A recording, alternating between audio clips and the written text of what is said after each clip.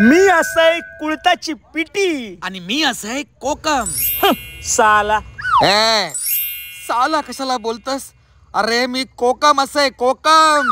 ता तुझं मुंबईचं नाव, पण तू असंच तर रतांब्याची सालच. अरे कुळदाची पिटी, तुका आधीच कुठला हा. मी पण धरून तुका असो कुठून कुठून कुटीन, मग मी होतले ट्रम्प आणि तू होशील पुटीन.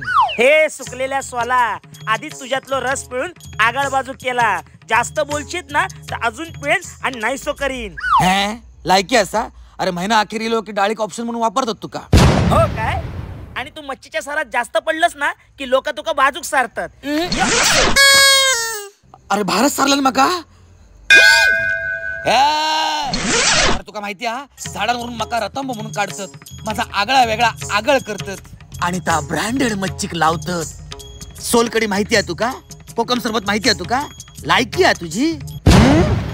अरे लहान लहान पोरा मका रात्री मीठ लावून खातात. कधी कधी वाटता साला आपणच किचन का अन्नपूर्ण आहे. मेल्या नातेवाईकांचा आणि वाडवडिलांचा कसला कौतुक सांगतस? कुळीत सांबार, कुळीत पिठला नाव कधी ऐकली असत का? आणि सगळ्यात महत्वाचा म्हणजे पिठी भात आणि सुको बांगडो, ह्या कॉम्बिनेशन जगात भारी. किंमत माहिती आहे माझी? 200 रुपये किलो असे. किंमत किंमत माझी किंमत काढतस?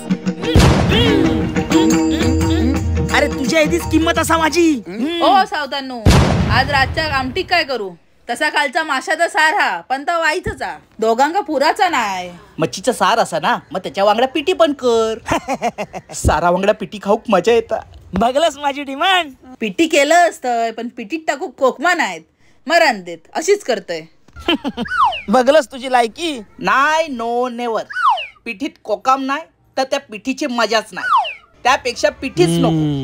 बरा बरा आणते कोकमा आणि टाकते तुमच्या पिठीत. तुझं माझं जमेना, तुझ्या ना करमेना. चल जाऊया, एका मालवणी माणसाचा जेवण रुचकर करूया. चल.